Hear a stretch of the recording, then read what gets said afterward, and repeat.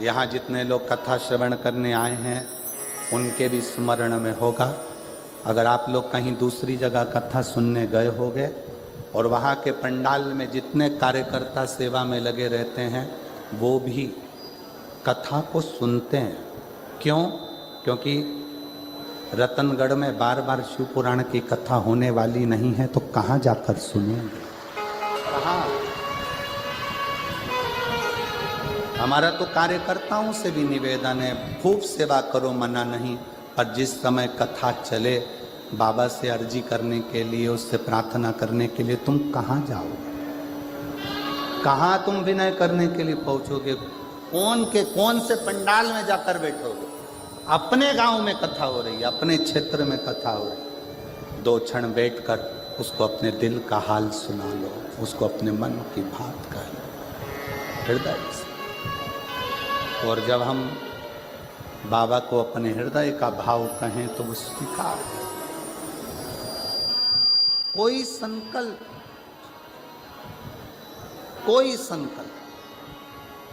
ऐसा न लिया जाए जिस संकल्प में भगवान का भी मन दुखे, हृदय। शिव के उस भाव को अपने हृदय में शिव कथा कर रही, शिव महापुराण की कथा कर रही, भगवान शंकर का संवाद कर रहा है, शिव तत्व। मैं वचन देती हूं कि आपको जो दक्षिणा मांगोगे मैं आपको दूं, जो दक्षिणा मांगोगे।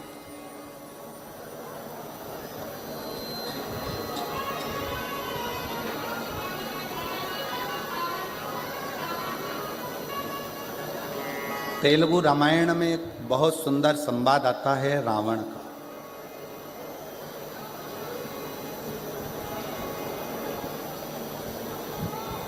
तेलुगु रामायण के अंतर्गत एक संवाद रावण का आता है कि रावण जब दशरथ जी जब वन में विचरण कर रहे थे और एक बाण छोड़ा गया था जो हिरण के लिए छोड़ा गया था, शब्द भेदी, और वो किसको लग गया था? जम के बोलो जरा। श्रवण कुमार। वो बाण लग गया।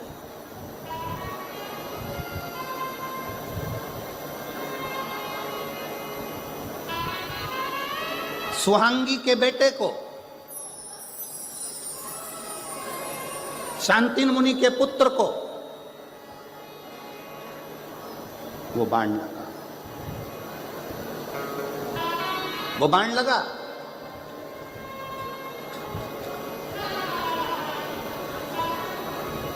जनक जी को वो स्मरण में था कि दशरथ जी के हाथ से श्रवण कुमार मरे। श्रवण कुमार को बाण लगा। वो जनक जी के स्मरण में था।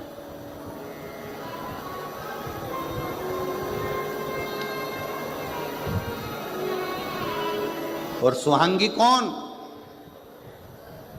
तेलुगु रामायण कहती है सुहांगी कौन? कहा दशरथ जी की बहन।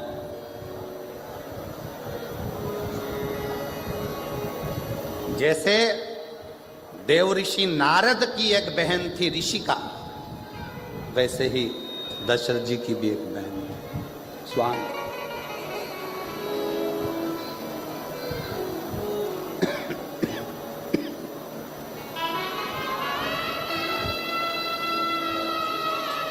जैसे देव ऋषि नारद जी का एक भांजा था, देव ऋषि नारद जी का भी एक भांजा था पर्वत मुनि, उसी तरह यदि देखा जाए तो सुहांगी का पुत्र श्रवण कुमार भी दशरथ जी का ही भांजा। जनक जी के स्मरण में यह बात थी कि दशरथ जी के हाथ से श्रवण कुमार के प्राण छूट गए। श्रवण कुमार। जानकी जी जिस दिन से अयोध्या में आई तो उन्होंने प्रसाद ना पाया। पूछा क्या बात है, भोजन नहीं कर रही हो? कहा मैं कैसे भोजन करूं, यहां तो दोष लगा है भांजे की हत्या का। दोष मिटे कैसे?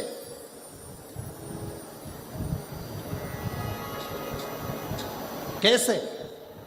विश्वामित्र बाबा ने कहा 10,000 ब्राह्मण को एक जगह पर बिठाकर भोजन कराओ, दोष मिटेगा।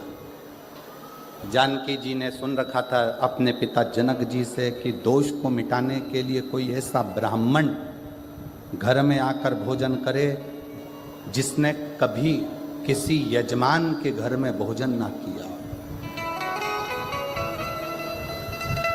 ऐसा ब्राह्मण आज भी हमारे मध्य प्रदेश में नियम है, मारवाड़ का राजस्थान का नहीं मालूम, पर हमारे यहाँ ब्राह्मण देवता अगर भोजन करने के लिए बुलाए जाते हैं तो उनसे कह दिया जाता है महाराज जी तुम 2-4 घर में जीम के मत आना, हमारे घर में आकर जीमना। तुम 2-4 जगह भोजन कर कर आ जाओगे, फिर हमारे यहाँ कुछ नहीं खाओगे तो हमें पुण्य कैसे मिलेगा?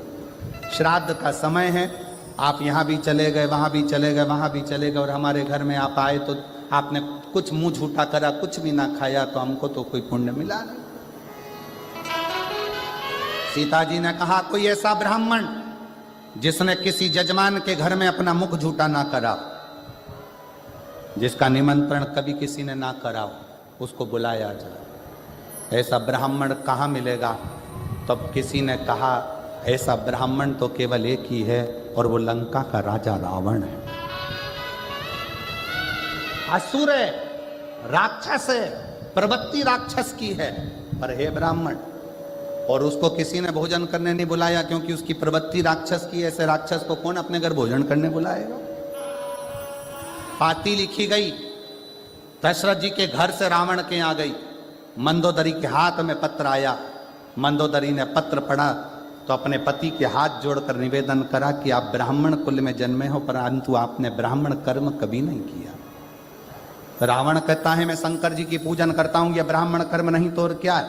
मैं कंधे पर जनेऊ धारण करता हूं, ब्राह्मण कर्म नहीं तो और क्या है?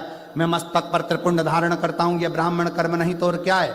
मंदोदरी कहती है यह ब्राह्मण कर्म अलग बात है, ब्राह्मण का मूल कर्म है जजमान के यहाँ भोजन करने जाए और दक्षिणा लेकर आए। आप कहाँ भोजन करने गए? रावण कहता है मेरे जैसे दशानंद को कौन भोजन कराएगा? किसको अपने भंडारे खाली करवाना है जो मुझे बुलाएगा? मंदोदरी ने कहा अयोध्या के राजा दशरथ जी ने भोजन करने बुलाया है, जाओगे? रावण खुश होकर बोला मुझे? हाँ।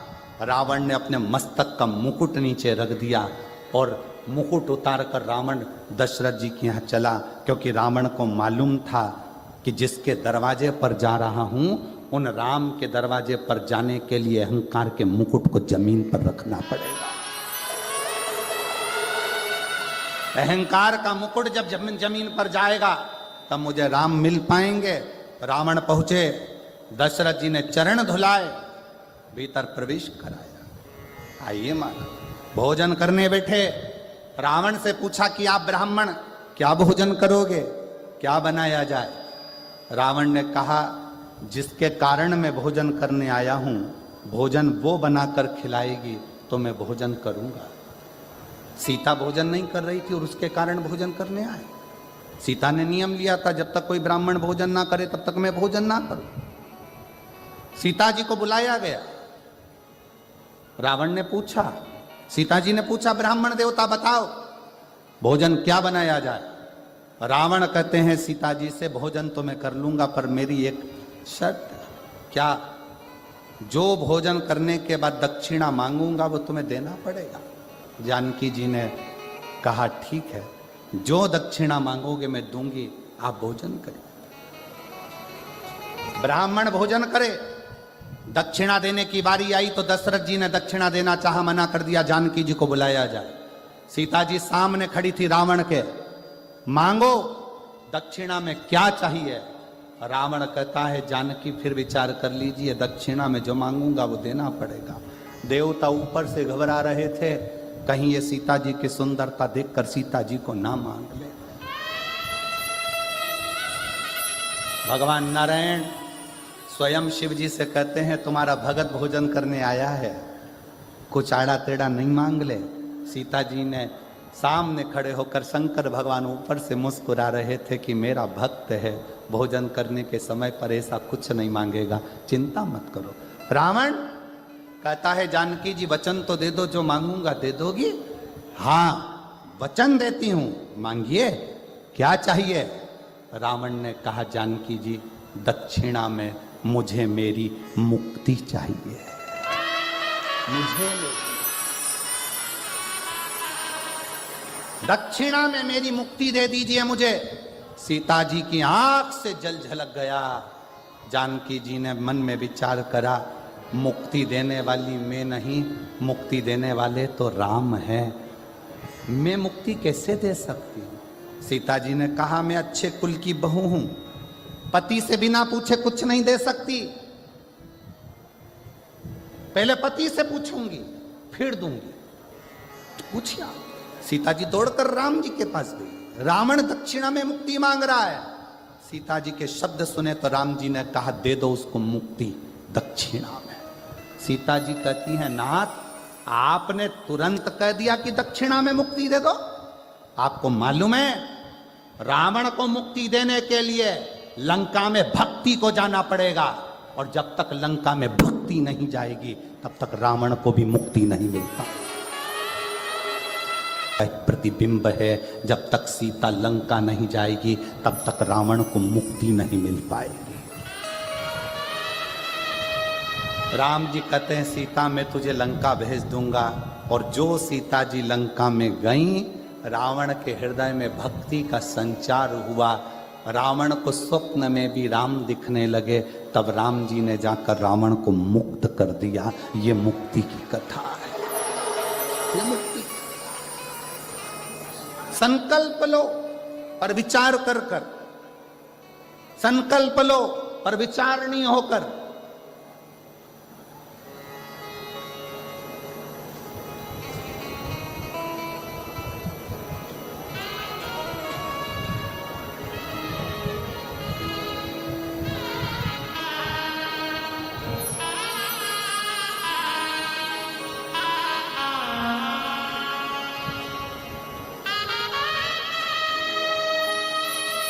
और जब आपका संकल्प विचारणी हो तो शिव क्यों ना मिले, शंकर क्यों ना मिले।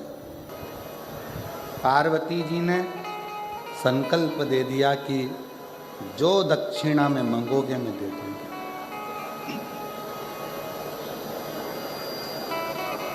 और शिव महापुराण की कथा कहती है, सनत कुमार ने दक्षिणा में क्या मांगा। स्वयं देवाधिदेव महादेव को सनत कुमार ने दक्षिणा में मांग लिया। स्वयं शिव।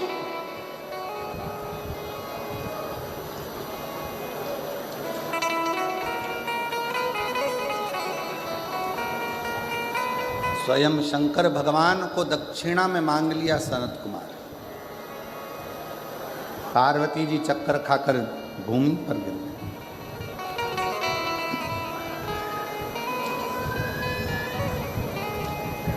ये मांगा भी तो क्या मांगा। देवताओं ने समझाया,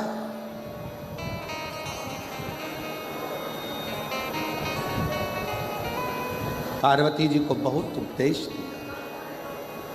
आपने कहा था सनत कुमार को मांगने के लिए कि मांग लो मांग लो, उन्होंने मांग लिया। अब आप शिव को दो।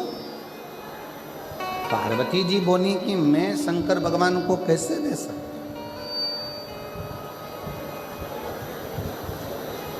मैं भगवान शंकर को कैसे दूं, शिव को नहीं दे सकती। भगवान विष्णु आए और भगवान नारायण ने आकर पार्वती जी को समझाया कि माँ आपको शिव जी को देना ही पड़ेगा, शंकर भगवान को देना। संकल्प यदि पूरा नहीं होगा तो देवताओं पर भी आन बनती है, और जो आपने नियम लिया है वो नियम भी आपका पूर्ण नहीं होगा, इसलिए आपको देना।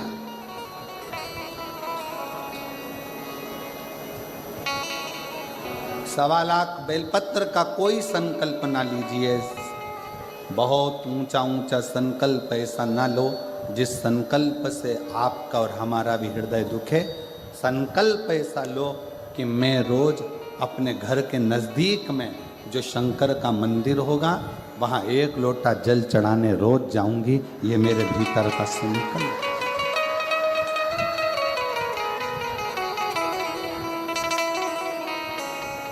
बाबा से विनय करना कि ये गठान कैसे भी गल जाए।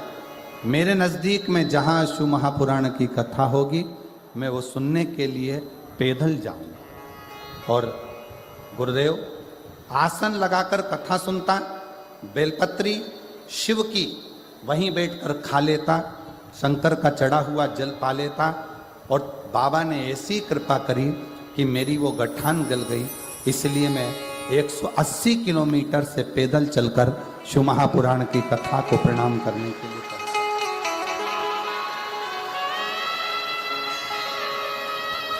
मैं अपने गांव चिड़ावा जिला झुंझुनू राजस्थान से 180 किलोमीटर से पैदल चलकर रतनगढ़ पहुंचा हूं बाबा को प्रणाम करने। क्योंकि मैंने बाबा से विनय करी थी कि अगर मेरी गठान ठीक हो गई तो मैं पास में जहाँ भी कथा होगी वहाँ पैदल चलकर जाऊँगा। इसलिए यहाँ मैं पैदल चलकर आया हूँ। शिव तत्व किसको कहते हैं? शंकर की उदारता किसको कहते हैं? शंकर का गुणगान किसको कहते हैं? शिव तत्व किसको कहते हैं?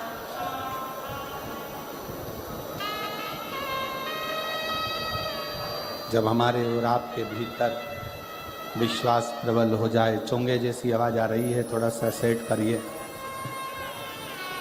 आपके और हमारे अंदर जब विश्वास प्रबल हो जाए, भरोसा दृढ़ हो जाए, तो शिव क्यों ना मिले, शंकर क्यों ना मिले।